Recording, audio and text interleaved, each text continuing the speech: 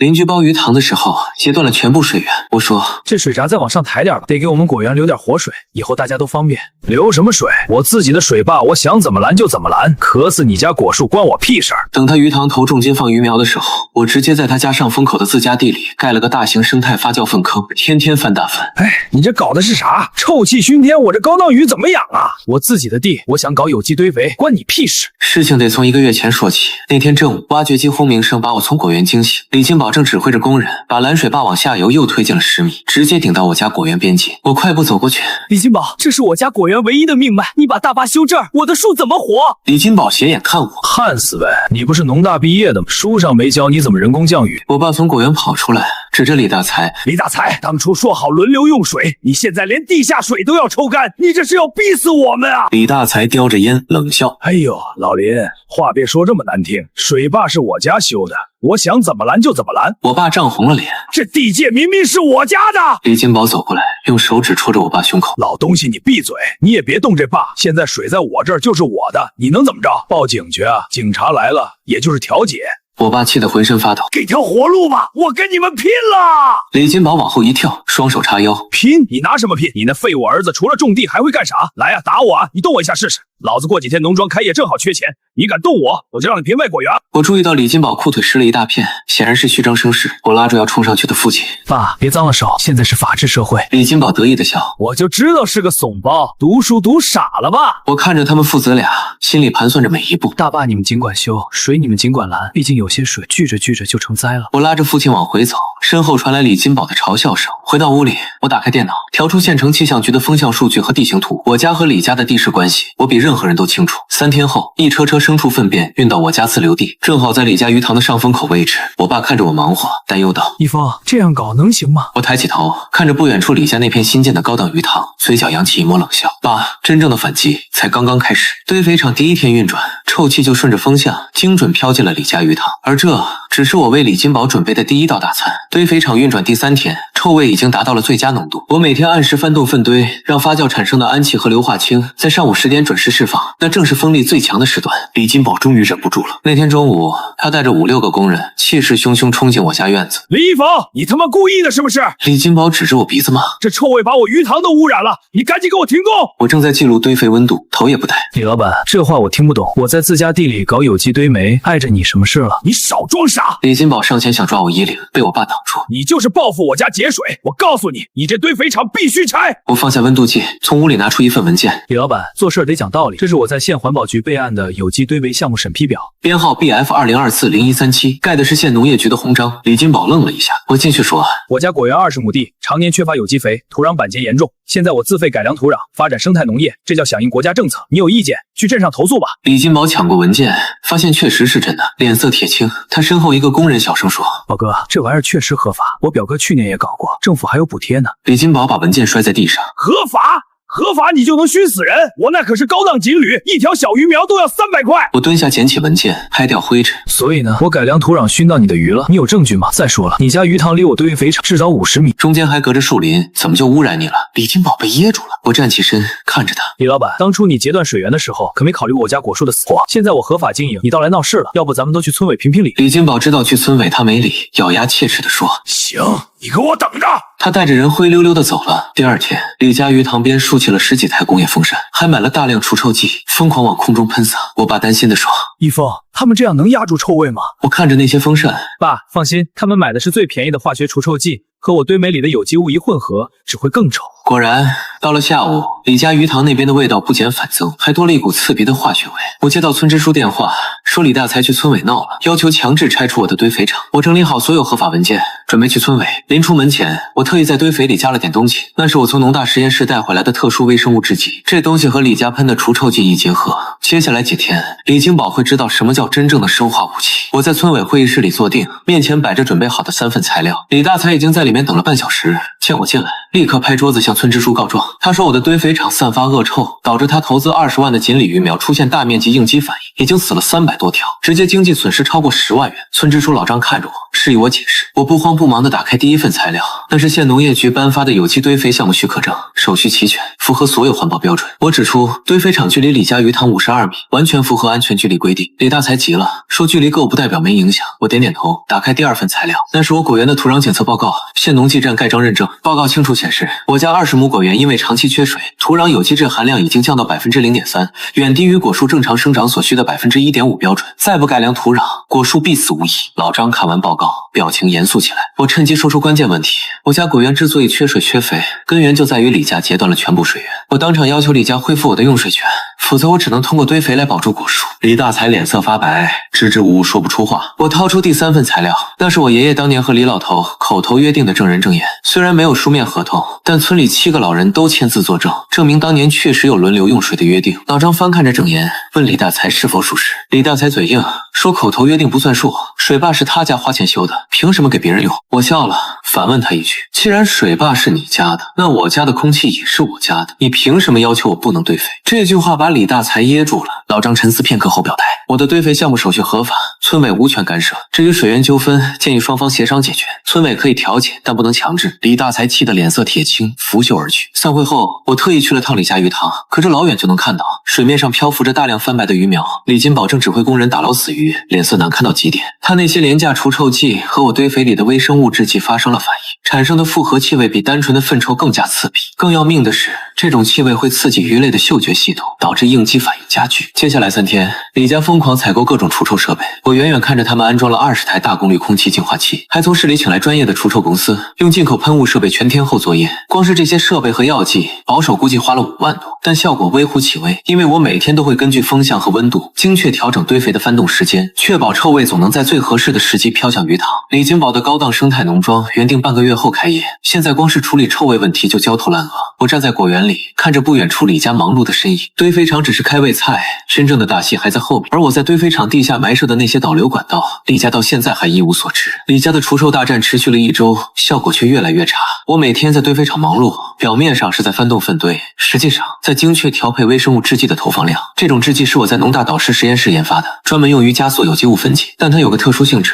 遇到含氯的化学除臭剂会产生2次发酵，释放出更复杂的气味分子。而李家买的那些廉价除臭剂，主要成分恰恰就是次氯酸钠。第8天，臭味达到了一个新高度，那不再是单纯的粪臭，而是混合了化学刺激性的复合恶臭。李家鱼塘方圆200米内，连苍蝇都绕道飞。我观察到李家鱼塘的水质开始发生变化，水面泛起细密的泡沫，那是鱼类呼吸频率加快导致的。锦鲤这种观赏鱼对环境极其敏感，持续的应激反应会让它们的免疫力急速下降。李金宝的死鱼数量从每天几十条飙升到上百条，按照他购入的鱼苗价格，每天的损失都在3万元以上。第10天上午，一辆黑色奥迪停在李家农庄门口，我在果园里远远观望，认出了下车的人，周老板，本地最大的餐饮集团董事长。听说李金宝为了这个投资人，前后送礼花了10几万，承诺给周老板30%的农庄股份。李金宝陪着周老板参观农庄，他们从停车场往鱼塘方向走。我特意在这个时间点翻动了最新鲜的那批粪堆。上午10点15分，东南风准时吹起，浓烈的恶臭像一堵无形的墙，精准地扑向李家农庄。我看到周老板的脚步明显顿了一下，随后用手捂住了口鼻。李金宝在旁边不停解释，手舞足蹈地指着那些除臭设备。他们在鱼塘边停留了不到5分钟，周老板突然弯下腰，扶着栏杆开始干呕。李金宝慌忙递水，脸色惨白得像死鱼一样。我放下手里的铁锹，点燃一支烟。农庄这种项目，投资人最看重的就是环境和体验。一个臭气熏天的生态农庄，还有谁愿意来消费？周老板在鱼塘边吐了2次，最后连站都站不稳。李金宝搀扶着他往回走，一路上不停道歉，但周老板脸色铁青，一句话都没说。奥迪车开走后，李金宝一个人站在农庄门口，对着鱼塘发呆了整整半小时。下午，李大才带着人再次来到我家，这次他没有大吵大闹，而是压低声音问我要多少钱才肯停止堆肥。我正在给果树修剪枝丫，头也不抬地回答：李叔，我不缺钱，我缺水，把水源还给我，我立刻停工。李大才沉默了很久，最后丢下一句话转身就走。他说我想得美，他宁愿鱼塘赔钱，也不会给我一滴水。我看着他的背影笑，倔强是要付出代价的，而这个代价他很快就会明白有多沉重。当天晚上，我接到一个陌生电话，是周老板的助理打来的，询问我家果园的具体位置和经营情况。电话里，对方透露周老板对我的有机农业项目很感兴趣，想找时间详谈合作。我挂断电话，望向李家农庄的方向，那里的灯光格外刺眼。李金宝大概正在连夜想办法补救投资人的事，但他不知道真正的灾难还没开始。我在地下埋设的那些导流管道才是压垮他的最后一根稻草。周老板撤资的消息在第12天传开了，李金宝的生态农庄投资计划彻底泡汤，120万的前期投入打了水漂。但李大才咬着牙说不能认输，决定自己加大投入，强行把农庄开起来。他们做的第一件事就是加固大坝，3台挖掘机同时开工，在大坝底部灌注混凝土，加高了1.2米的坝体。李大才的计划很明确，既然投资人跑了，那就扩大鱼塘规模，多养鱼多赚钱，用利润弥补损失。加固后的大坝像一道铜墙铁壁，彻底锁死了所有流向我家果园的水源，地下水位以肉眼可见的速度下降。我那20亩果树的叶片开始发黄卷曲，我爸看着日渐枯萎的果树，急得团团转。他说再这样下去，果树全得死，咱们一家人喝西北风去。我安抚他别慌，然后开始在果园里大规模挖沟。表面上看，我是在寻找地下水源，想通过挖掘灌溉渠保住果树。每天天不亮就扛着锄头下地，一挖就是一整天，土方越堆越高，沟渠越挖越深。李金宝路过时看到我满身泥土的样子，靠在车窗上大笑。他说读了4年大学还是个泥腿子，这么深的沟都挖不出水，真是白费力气。我擦了把汗，继续挖。李金宝不知道的是，我挖的根本不是普通的灌溉渠，这些沟渠表面上杂乱无章，实际上是按照精确的流体力学模型设计的垂直导流系统。每一条沟的深度、角度、坡度都经过反复计算，目的只有一个，在暴雨来临时，将地表径流以最快速度导入地下，形成强大的垂直水压。而这些导流槽的终点，全都指向李家大坝的底部基座。我在农大学的专业是农业水利工程，导师曾经带队研究过三峡大坝的泄洪系统，我参与过整整2年的水压模型测算。李大才那个土法加固的大坝，在我眼里就是一个标准的豆腐渣工程。他们只加固了表面，却忽略了最关键的问题：底部土体的支撑力。大坝越高，蓄水越多，底部承受的水平推力就越大。而我挖的这些导流槽，会在暴雨时将地下水位瞬间抬升，从下往上形成反向压力。两股力量一挤压，大坝基座的土体就会失去凝聚力，发生液化现象。到那时，再坚固的混凝土也撑不住。我花了整整10天，挖出了一个覆盖3亩地的导流网络，每一个节点都埋设了加速渗透的碎石层，每一条主渠都对准了大坝的薄弱环节。李金宝每次路过都要嘲笑几句，他说我是穷疯了，挖个破沟还挖得这么认真，还不如早点认输卖地。我直起腰，看着他开着新买的路虎扬长而去，车后座上堆满了高档鱼饲料，看来他对农庄开业信心十足。第15天傍晚，我完成了最后一道导流槽的挖掘，这条槽深1.8米，直接挖到了大坝底部3米外的位置。我在槽底铺设了一层特殊的吸水树脂，这东西遇水会膨胀10倍，能在极短时间内制造出巨大的体积压力。我爸问我，这些沟真的能找到水吗？我没回答，只是抬头看了看天空。气象预报显示，半个月后会有一场大范围降雨过程，持续时间超过36小时，那将是李家农庄的末日，也是我果园的重生之日。现在所有的陷阱都已布置完毕，接下来要做的就是等李金宝一步步走进我设计好的死局，而他到现在还以为我只是个挖沟挖傻了的可怜虫。导流槽挖好后的第3天，李家开始了疯狂的扩建，6台挖掘机日夜不停的作业，硬是把鱼塘面积从原来的8亩扩大到了15亩。李大才的计划很激进，他要在半个月内完成所有工程，赶在农庙会之前开业迎客。为了支撑更大的水面，大坝再次被加高，这次他们直接浇筑了1.5米的混凝土坝体，还在迎水面贴了防渗膜。从外观上看，确实像那么回事。但我站在果园里，用测距仪测算后发现，大坝的高度已经超过了4.2米，蓄水量保守估计达到了8万立方米。这个水压已经逼近了土坝的承载极限。更致命的是，李家为了省钱，根本没有做地基加固处理，那些混凝土只是简单的浇筑在原有的土层上，就像在豆腐上盖房子。我家的果树情况越来越糟，持续缺水导致树叶大面积脱落，部分枝条已经完全干枯。我爸每天看着果树掉眼泪，说这是爷爷留下的家业，不能毁在咱们手里。我没有慌乱，我从农大实验室调配了一种特殊的叶面肥，主要成分是海藻酸和氨基酸复合物，能够在极端缺水条件下维持果树的基本生理机能。每天清晨和傍晚，我都会用喷雾器给每一棵树精准喷施。这种叶面肥通过气口直接进入叶片组织，绕过了根系吸水的环节。虽然不能让果树完全恢复，但至少能保住树的生命体征。只要熬过这段时间，暴雨一来，果树就能迅速复苏。第20天，我拿着相机和测量数据去了一趟县水务局，接待我的是水利科的张科长。我向他提交了一份详细的举报材料，内容包括李家大坝的精确高度、蓄水量、地基情况以及存在的安全隐患。我特别指出，按照水库大坝安全管理条例，4米以上的拦水坝必须经过专业机构的安全评估，并取得水利部门的施工许可。张科长翻看着我的材料，神色越来越严肃。他立刻安排了2名工程师，第2天就到李家农庄进行现场勘查。专家组在大坝前测量了整整1个上午，他们用地质雷达探测基座结构，用水准仪测量坝体沉降，最后得出的结论让李大才脸色煞白。大坝存在重大安全隐患，必须立即泄洪降低水位，并进行全面的地基加固。李大才当场跟专家组争执起来，他说大坝是他花了30多万建的，现在要开业了，不可能泄洪。专家组负责人警告他，如果不整改，水务局有权强制执行。当天下午，李大才开着车去了县城。3天后，水务局那那边突然改口，张科长打电话通知我说，经过复核，李家大坝虽然存在一些小问题，但不影响正常使用，已经通过了验收。我听出了话里的无奈，显然李大才动用了关系，私下打点了关键人物。一个镇上的暴发户要摆平几个基层干部，并不是什么难事。我挂断电话，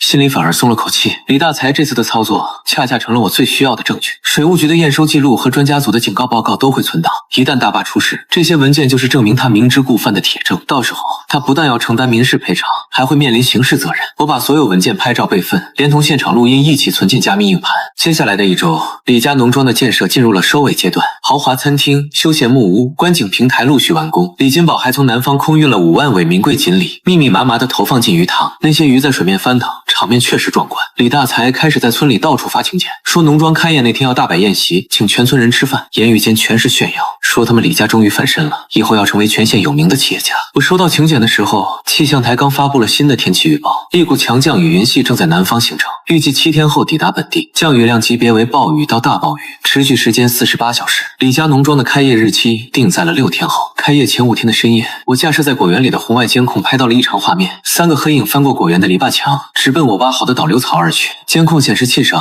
他们的动作很专业，手里拿着铁锹和编织袋，显然是有备而来。我坐在电脑前，没有出门阻止，而是静静地观察着屏幕。领头的那个人我认识，是李金宝手下的工头老赵，他指挥着另外2人开始往导流槽里填土。3个人干得很卖力，1个小时就填平了靠近果园这侧的2条主渠，但他们不知道，那2条渠只是整个导流系统的次要分支，真正关键的核心渠道藏在果树根部更深的位置。入口被我用防水布和杂草伪装得严严实实。凌晨2点，他们填完土准备离开时，老赵突然发现了靠近大坝一侧的那条斜向渠道，那条渠挖得最深也最显眼。老赵犹豫了片刻，最后还是带着人走了过去。我盯着屏幕，心跳开始加速。那条斜向渠道恰恰是我故意暴露出来的诱饵，它表面上看是导流槽的一部分，实际上是李家大坝的关键泄洪支点。当初水务局专家组勘察时特别指出，大坝必须保留至少3个应急泄洪口，这条天然的斜坡渗水带就是其中之一。老赵他们开始往渠道里倾倒建筑垃圾、碎砖块、混凝土块、废钢筋，一车车地填进去。他们干得很仔细，每填一层都用脚踩实，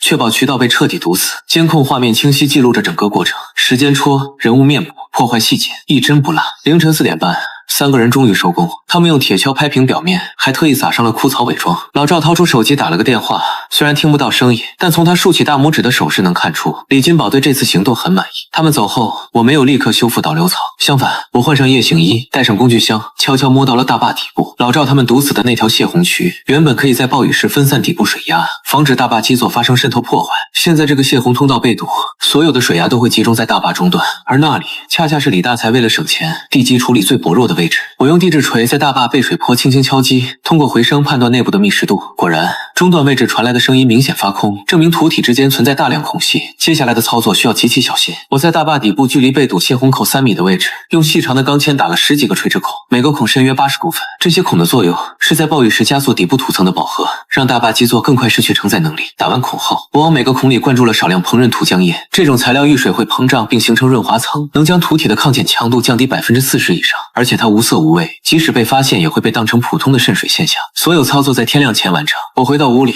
把监控录像刻录成3份光盘，分别存放在不同地点。这些证据证明是李家主动破坏了大坝的安全泄洪系统，跟我没有任何关系。天亮后，我爸发现导流槽被人填了，气得要去找李家理论。我拦住他说算了，反正也快下雨了，那些渠道已经完成了他们的使命。我爸不理解我的意思，只是叹气。我站在窗前，望着李家那座高耸的大坝，现在它内部的结构已经从根本上被破坏，就像一颗定时炸弹，只等着暴雨来引爆。气象台的最新预报显示，强降雨将在后天夜里抵达，而李家农庄的开业宴席就定在明天中午，时机完美的让人窒息。开业前一天上午，我整理好所有资料，装进防水文件袋，前往李家农庄。文件袋里装着3份报告，第一份是我委托省地质勘察院出具的土壤稳定性评估，报告明确指出，李家大坝所在位置的土层属于高液化风险区，不适合建设大型蓄水设施。第二份是我根据气象数据和流域面积计算出的洪峰流量预测，结论是一旦遭遇持续强降雨，现有大坝结构无法承受水压冲击。第三份是水务局专家组的初次勘察记录复印件，上面清楚写着大坝存在重大安全隐患的原始结论。这3份报告花了我2万多块，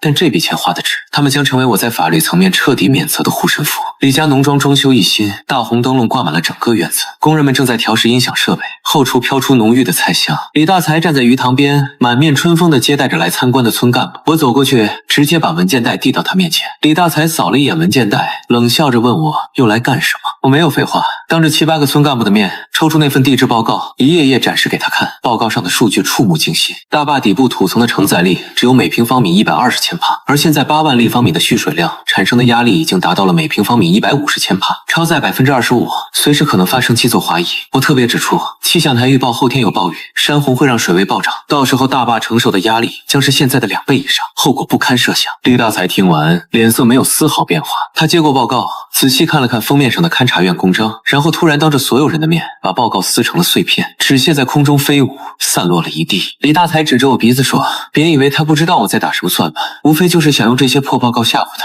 让他放水给我家果园。他说他李家的大坝花了50多万建的，通过了水务局验收，比我这个农大学生懂得多。”周围的村干部面面相觑，没人敢说话。李金宝这时也走了过来，他掏出手机对着我拍照，嘴里说着要发到村里的微信群，让大家看看什么叫输红了眼。他说我就是嫉妒他家农庄开业，故意造谣生事，想破坏他们的好日子。我没有反驳，只是默默打开了手机的录像功能。我平静地说，这份报告我会留存副本，一旦大坝出现任何问题，这将证明我已经尽到了告知义务。李大才如果坚持不听劝告，后果由他自己承担。李大才啐了一口，说我就是个扫把星，读书读傻了，满脑子灾难。他让我赶紧滚，别在这里碍眼。明天开业宴席也不欢迎我来。我收好手机，蹲下身捡起几片关键页面的碎片，那些碎片上有李大才的指纹，还有撕毁报告的痕迹，这些都是证据。临走前，我看了一眼鱼塘里翻腾的锦鲤，5万尾鱼挤在一起，密密麻麻铺满水面。李金宝为了营造壮观效果，投放的密度远远超过了养殖标准。这种高密度养殖本身就是隐患，一旦水质出现问题，死鱼的速度会呈几何级数增长。回到家，我立刻将录像上传到3个不同的云端服务器，画面和声音都很清晰，完整记录了我的警告内容和李大才撕毁报告的全过程。我还给录像添加了时间戳和地理位置水印，确保它的法律效力。我爸问我李家那边怎么说，我说他们不听劝，那就只能等着看结果了。夜里10点，气象台发布了暴雨橙色预警，降雨时间提前到了明天夜里，预计降雨量将达到150毫米，局部地区可能超过200毫米。这个雨量已经属于特大暴雨级别。我站在窗前，看着李家农庄灯火通明，他们正在为明天的开业做最后的准备，完全不知道一场毁灭性的灾难正在倒计时。而我准备的所有证据链条，此刻已经完美闭合，无论接下来发生什么，李家都只能自食其果。开业这天，李家农庄从早上6点就开始忙碌，30桌酒席摆满了整个广场，每桌都是8凉8热的高档菜式。李大才特意从县城请来了专业厨师团队，光是食材就花了3万。村里几乎所有人都收到了请柬，还有镇上的几个干部也被邀请过来捧场。我和父亲是最后到的，农庄门口竖着巨大的充气拱门，上面写着李氏生态农庄盛大开业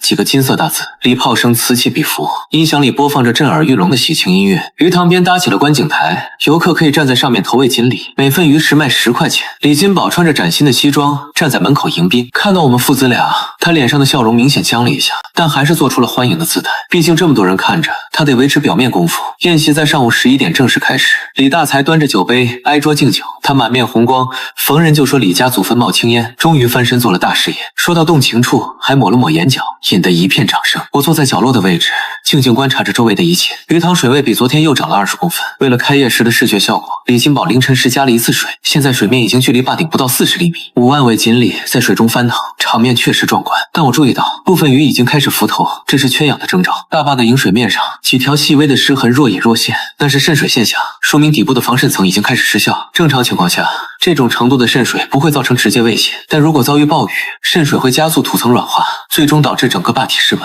中午12点，李金宝走到我这桌，举着酒杯开始当众发言。他说话的声音很大，明显是故意说给周围人听的。他说村里出了个大学生不容易，但读书读傻了就可惜了。他话锋一转，说我在他农庄旁边搞堆肥，天天闻臭味还自鸣得意，这就是读书无用的典型案例。周围响起了哄笑声，有几个平时跟李家关系好的村民开始起哄，说什么农大毕业还不如养猪的。我没有理会这些嘲讽，只是端起茶杯慢慢喝着。李金宝见我不说话，更加得意，他继续说，今天是他们李家的大喜日子，我这个邻家独苗要是有出息，也该搞个产业出来，别整天躲在果园里挖沟。我爸坐在旁边，脸色涨红，想要站起来反驳，我按住他的肩膀，示意他别冲动。就在这时，我注意到天边涌来一片乌云，云层厚重低沉，边缘呈现出不祥的铁灰色，这是典型的积雨云特征，说明强对流天气正在快速接近。我掏出手机，打开气象雷达图，发现那片云系的移动速度比预报的要快，最多4个小时就会抵达本地。我放下茶杯，抬头看着还在滔滔不绝的李金宝，然后我开口了，声音不大，但足够让这一桌人听清。我说今天开业确实热热闹，但可能也是李家农庄的结业典礼。李金宝愣了一下，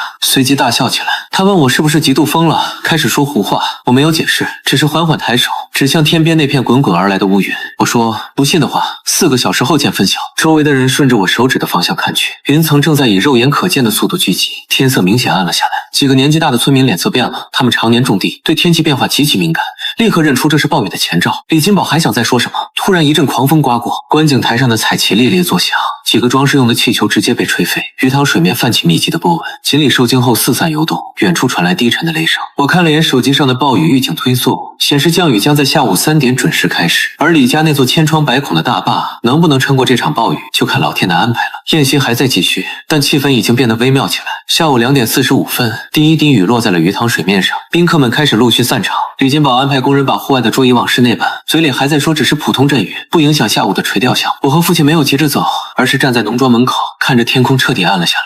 3点整，暴雨倾盆而下，雨势之猛烈远超气象台的预报，豆大的雨点砸在地面上，溅起1尺多高的水花，能见度瞬间降到不足10米，整个世界都被雨幕笼罩。我拉着父亲往回走，路上积水已经没过脚踝，雨水裹挟着泥沙，形成浑黄的激流。我特意绕到果园边上，检查之前挖好的导流系统，果然所有导流槽都在正常工作，地表径流沿着我设计的坡度快速汇入主渠道，然后通过垂直井灌入深层土壤。原本会淹没果树根部的积水，在不到10分钟内就被全部疏导干净。那些精心配置的碎石层和吸水树脂，此刻正在地下发挥着关键作用。更重要的是，这些导流槽将雨水以极快的速度压向了地下水层，巨大的垂直水压开始在李家大坝底部聚集，通过土壤孔隙向上渗透，形成了一股看不见的反向推力。我计算过，这种反向水压在暴雨持续2小时后会达到峰值，那时大坝基座的有效应力将降至临界点。回到家，我打开笔记本电脑，调出实时气象数据。雷达图显示，主降雨带正在缓慢移动，预计会在本地停留至少6个小时，这意味着降雨总量将突破200毫米，达到50年一遇的级别。窗外雷声隆隆，闪电将天空劈成无数碎片。4点半，我通过望远镜观察李家鱼塘，水位已经涨到距离坝顶只有20厘米。李金宝带着7、8个工人在大坝上冒雨作业，他们想要开启溢洪道泄洪，但那个溢洪道的位置太高，根本起不到作用。更致命的是，上游山谷的洪水开始汇集，平时只有涓涓细流的小溪，此刻变成了咆哮的泥石流。浑黄的洪水裹挟着树枝、石块，疯狂地涌入李家的蓄水区，水位以每分钟3厘米的速度上涨。这个速度意味着不到10分钟，水就会漫过坝顶。我看到李金宝慌了，他在大坝上来回奔跑，不停地用对讲机大喊着什么。几台挖掘机开了过来，试图在大坝侧面挖出临时泄洪口，但他们的动作太迟了。5点10分，我监测到地下水位的异常变化，埋在大坝底部附近的那些膨润土，此刻已经吸水膨胀到极限，土层之间形成了大量的润滑面，整个基座的抗溅强度正在快速衰减，大坝被水泼开始出现管涌现象，几股浑浊的水流从坝角喷涌而出，在地面冲出碗口粗的坑洞，这是土体内部结构破坏的明确信号，也是大坝即将溃决的前兆。我注意到鱼塘里的锦鲤开始集体浮头，5万尾鱼挤在一起，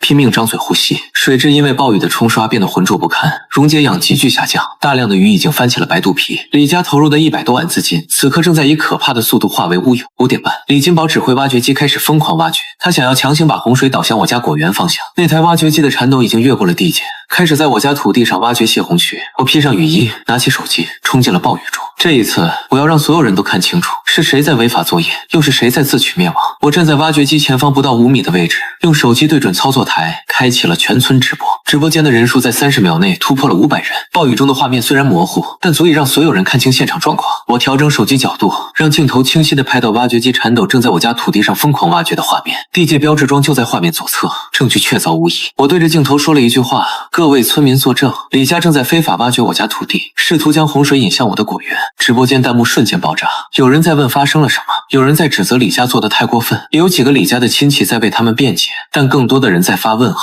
询问那座巨大的鱼塘为什么水位这么高。李金宝看到我在拍摄，从大坝上冲了下来，他浑身湿透，双眼通红，状若疯狂。他冲我吼道：你他妈给我滚开，不然连你一起埋了。我没有后退，反而向前走了2步。我清楚地说出那句准备了很久的话：跨过这条地界线，就是蓄意破坏私人财产和非法泄洪，所有后果你们自己承担。这句话说得清晰响亮，直播间的所有人都听得一清二楚。李金宝此刻已经顾不上这些，大坝被水泼的管涌越来越严重，10几股水柱从坝角喷射而出，鱼塘里的水位还在上涨，已经开始从坝顶溢出。他如果不尽快泄洪，整个大坝随时可能崩溃。挖掘机继续作业，李金宝推开我，指挥着司机加快速度。就在这时，一辆车在暴雨中急刹车，停在了农庄门口。周老板从车上冲下来，连雨伞都没打，直奔鱼塘边缘。他看到的景象让他当场石化，鱼塘水面飘满了死鱼，密密麻麻的白色鱼肚在浑浊的水中翻滚，散发出刺鼻的腥臭。那些价值300块一条的锦鲤，此刻成片成片的死去。粗略估计，至少有3万尾鱼已经没了生命迹象。周老板的脸色惨白，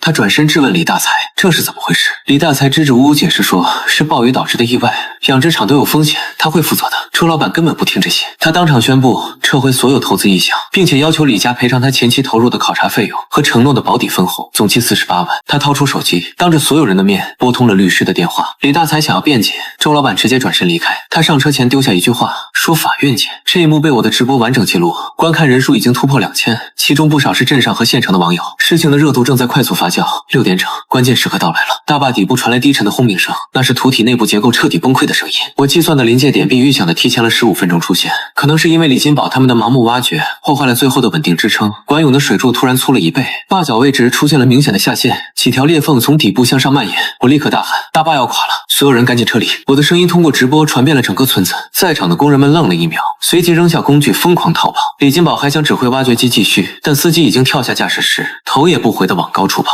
李大才瘫坐在地上，看着那座耗费他全部家当的大坝，眼神彻底空洞了。我拉着父亲迅速后撤，我们站在果园的高地上，距离大坝足足100米。我举起手机，将镜头对准了那座摇摇欲坠的水坝。直播间的观众已经超过5000人，所有人都在屏幕前等待着那个毁灭性的时刻。大坝中段的裂缝在暴雨中越来越宽，水流从裂缝中喷射而出，冲刷着周围的土体，整个坝体开始向前倾斜。这是溃决前的最后征兆。我平静地对着镜头说：“接下来大家将看到的是一场完全可以避免的人祸。”话音刚落，一声巨响震彻天地，大坝中段的混凝土坝体整体断裂，8万立方米的洪水从裂口喷涌而出，形成一道高达4米的水墙。巨大的水流裹挟着泥沙、石块和死鱼，带着毁灭一切的力量向下游冲击。我的手机稳稳地记录着这一切。直播间的观看人数突破了1万，弹幕已经刷得看不清屏幕。洪水冲出的第1秒，我看到了流向，正如我在设计导流系统时精确计算的那样，洪水沿着地势的自然坡度，以45度角向西南方向奔涌。那个方向恰恰是李家农庄的核心区域，豪华别墅、餐厅、主楼和附属设施所在的位置。而我家果园在东侧，地势比李家高出整整1.2米。更关键的是，我在果园周边挖掘的那些导流沟渠，此刻形成了一道完美的分洪堤。地表水流到果园边缘后，自动被引导进入深层导流槽，然后通过地下管网排向更远的低洼地带。洪水咆哮着冲向李家别墅。那栋3层的欧式小楼耗资80多万建成。李大才本打算把1楼做成接待大厅，2、3楼改造成民宿。现在4米高的水墙狠狠撞击在别墅的承重墙上，玻璃瞬间爆裂，门窗被洪水撕碎。巨大的水压让整栋建筑发出不堪重负的呻吟。仅仅30秒，1楼的墙体就开始垮塌，精心装修的大理石地面被掀翻，真皮沙发和红木家具在洪水中像玩具一样翻滚。我调整手机镜头，确保所有细节都被清晰记录。洪水继续肆虐，豪华餐厅的彩钢瓦屋顶被整体掀起，厨房里价值10几万的设备被冲得七零八落，观景木栈道像积木一样散架。那些昂贵的防腐木被洪水卷走，消失在浑黄的泥流中。鱼塘彻底崩溃了，剩余的2万多尾锦鲤随着洪水四散逃窜，大部分被冲进了下游的排水沟，少数困在浅滩上疯狂挣扎。李金宝投入的120万鱼苗钱，此刻化作满地的死鱼。我看了眼父亲，他的表情复杂，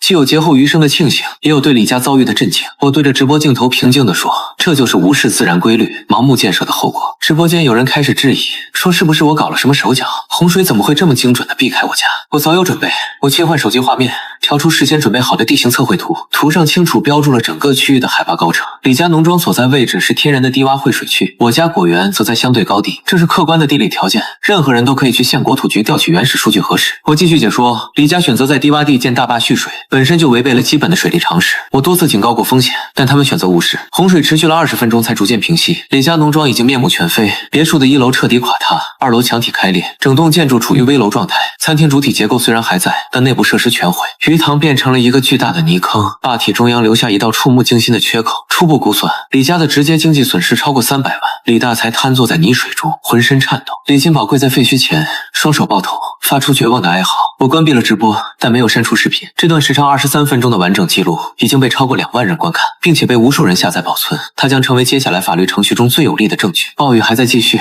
但最猛烈的阶段已经过去。我牵着父亲的手走回果园查看情况，导流系统完美运作，所有积水都被疏导一空，果树的根部没有任何浸泡痕迹。那些靠叶面肥维持生命的果树，在雨水的滋润下已经开始恢复生机，嫩绿的新芽在枝头若隐若现，这是树木复苏的信号。我站在果园里，看着远处李家的废墟，真正的清算才刚刚开始。洪水退去后的李家农庄像一具被掏空的躯壳，浑黄的泥浆覆盖了整个地面，厚度超过30公分。别墅1楼墙体彻底垮塌，裸露的钢筋扭曲向外弯折。餐厅主楼被鉴定为危楼，贴上了红色封条，死鱼铺满了整个地洼区。5万尾锦鲤以另一种方式重新出现在人们视野里，腥臭味随着微风飘散出去数百米。暴雨停后第2天清晨，3辆车同时抵达李家农庄。第一辆是县水利局的执法车，工作人员对溃坝现场全面取证，调查结论清晰，大坝坝体高度超过审批标准1.7米，且擅自封堵了3处应急泄洪口，属于严重违规建设行为。第2辆是镇派出所的警车，警方携带了我之前提交的全套证据材料，包括举报记录、现场警告录像，以及李金宝派人深夜破坏泄洪支点的红外监控视频。那段夜间录像是关键，清楚证明了李家主观上存在破坏公共安全设施的故意行为。第3辆是周老板的律师团队，带着厚厚的文件夹，准备启动民事诉讼程序。我站在果园边缘，看着这一切有序展开。李金宝在废墟中找到父亲，两人站在坍塌的别墅前发呆。李大才苍老了整整10岁，背脊弯曲，眼神空洞，完全不见了往日的嚣张气宇。上午10点，警察走向李金宝，出示了传唤证，罪名是涉嫌以危险方法破坏公共安全，封堵泄洪口的行为加速了大坝溃决，波及周边大量农田和道路，已构成刑事犯罪。李金宝被带走的时候，回头看了一眼废墟，又看了一眼远处的我，眼神里有愤恨，但更多的是茫然。李大才想跟上去，被警察阻止，他只能站在原地，看着警车消失在山路尽头。这个在村里横行了几10年的男人，第一次知道了什么叫无力回天。我走进果园检查果树状况，昨夜的雨水彻底渗透了干涸已久的土壤，那些靠叶面肥撑过难关的果树，根系正在重新舒展，地下水位明显回升，土壤颜色深了整整2个色号。下午，村支书老张找到我说，水利局已决定彻底清除李家违建大坝，水渠将恢复到建坝前的自然状态。按照当年分配档案，那条水渠的使用权本就是2家共享，李家的水坝属于违规建设，所有权益无效。这句话是我等了20多年的答案。我爷爷当年跑断了腿都没争来的东西，此刻被一纸文件轻描淡写的归还了。只是法律清算虽已完成，接下来李家如何偿还那笔天文数字的赔偿款，才是真正压垮他们的最后一根稻草。李金宝被刑拘的第7天，法律判定结果陆续出炉。县法院民事庭率先开庭审理周老板的诉讼案，证据链完整到无懈可击。李家与周老板签订的投资意向书上明确承诺，农庄开业3个月内必须达到约定的经营状态，否则需退还全部定金并支付违约金。周老板的律师当庭出示了37页的证据材料，其中包括李家农庄的实地照片、死于现场、溃坝录像，以及我直播时完整记录的灾难过程。这些证据证明，李家根本不具备正常经营能力，属于欺诈性招商。李大才请的律师试图辩解，说溃坝属于不可抗力的自然灾害，不应由李家承担全部责任。但周老板的律师立刻拿出了我当初提交给李大才的地质安全报告。那份被撕毁的报告虽然成了碎片，但我保留了完整的副本，上面清楚标注了大坝存在的所有隐患。更致命的是，我的手机录像显示，李大才当众撕毁报告并拒绝整改，这直接证明了他的主观故意。法庭当场宣判，李家需向周老板支付定金、退还款30万，违约金45万，总计75万元。判决书下达后，15日内必须履行，否则强制执行。这只是第一笔赔偿。紧接着，村集体也提起了索赔。李家溃坝导致下游12户村民的农田被淹，损失大量农作物。镇政府牵头的调查组核定，农田损失总计23万元，李家负全责。李大才听到这个数字时，整个人瘫在椅子上。他家账户里的所有存款加起来不到50万，根本不够赔偿。而李金宝因为刑事案件还在看守所里，等待他的是3到7年的有期徒刑。更糟糕的消息还在后面，水利局下达了行政处罚决定书，李家违规建坝并擅自蓄水，对公共安全造成严重威胁，处以罚款12万元，同时责令立即拆除所有违建设施，恢复原状，费用自理。一笔笔罚款和赔偿像雪片一样飞来。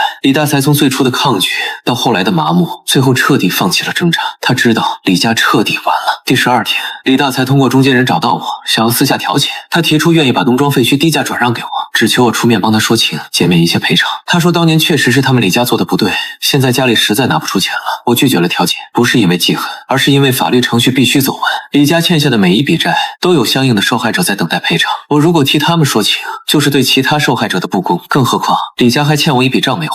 我委托律师向法院提交了诉讼材料，要求李家赔偿因截断水源导致的果树损失。我提供了果园这3个月的详细记录，包括土壤检测报告、果树死亡数量统计、叶面肥采购凭证，以及为维持果树存活而支出的各项费用，总计损失金额18万7千元。李大才的律师试图反咬一口，说我挖的导流系统破坏了地下水平衡，加速了大坝溃决，要求我承担连带责任。这正是我等待的时刻。我当庭出示了3份关键证据，第一份是省地质勘察院的专业评估报告，证明我的导流系统符合水土保持规范，不存在任何违规操作。第二份是农业局颁发的土壤改良项目批文，证明所有施工都经过合法审批。第三份是李家派人深夜破坏导流槽的红外监控录像，清楚显示是李家主动破坏了关键的泄洪支点。3份证据一出，对方律师哑口无言。法官当庭驳回了李家的反诉请求，并判定李家必须在30日内向我支付全部赔偿款。判决书最后特别注明，被告方的行为存在恶意侵权，驳回其所有不合理抗辩。我走出法庭时，看到李大才坐在台阶上，双手捂脸。判决生效后的第10天，李家开始变卖资产抵债，农庄废墟无人问津，那片满是淤泥和死鱼的烂地，连最低的拍卖价都没人出。李大才只能从拆除违建的废料里回收一些钢筋和砖块，卖了不到2万块钱。别墅被鉴定为危楼后强制拆除，拆除费用又是一笔支出。那栋耗资80多万建起来的欧式小楼，最终化作一堆建筑垃圾，连地基都被要求清理干净，恢复原貌。李家在村里的老宅挂牌出售，但因为李金宝的刑事案件，整个李家的名声彻底臭了，根本没人敢接手。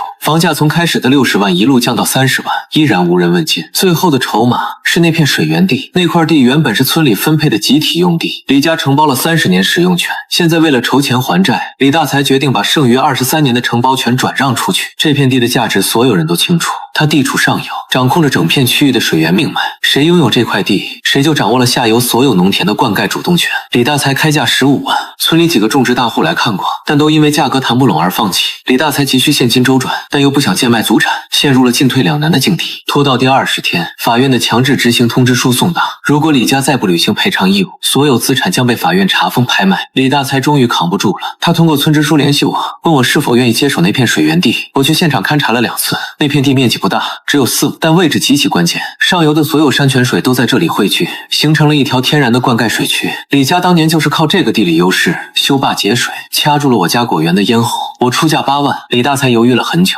这个价格连他心里预期的一半都不到。但此刻他已经没有选择余地，法院执行的期限只剩5天，如果不能筹够钱，他连老宅都要被拍卖。3天后，转让协议在村委会签字，李大才在合同上按下手印时，手在微微颤抖。那片承载了李家30年野心的水源地，最终还是回到了他本该属于的人手中。我拿到承包权证书的当天，就组织人手清理了所有违建设施，李家修建的大坝被彻底拆除，堵塞的水道被重新疏通，那条养活2家人的水渠终于恢复了原本的模样，清澈的泉水重新流淌起来。我站在水渠边，看着活水欢快地流向果园方向，那些干涸了3个月的灌溉沟渠，此刻被水流重新注满，果树的根系在地下贪婪地吸吮着久违的水分，整个果园都在复苏。半个月后，奇迹出现了，那些被判定为濒死状态的果树，竟然大面积长出了新芽，嫩绿的叶片在枝头舒展，花苞密密麻麻地冒了出来。我的叶面肥配方和导流系统设计，让果树在极端环境下保住了最核心的生命组织。现在水源充足，它们爆发出了惊人的生长潜力。县农业局的专家来考察时都惊呆了，他们说这种程度的旱灾后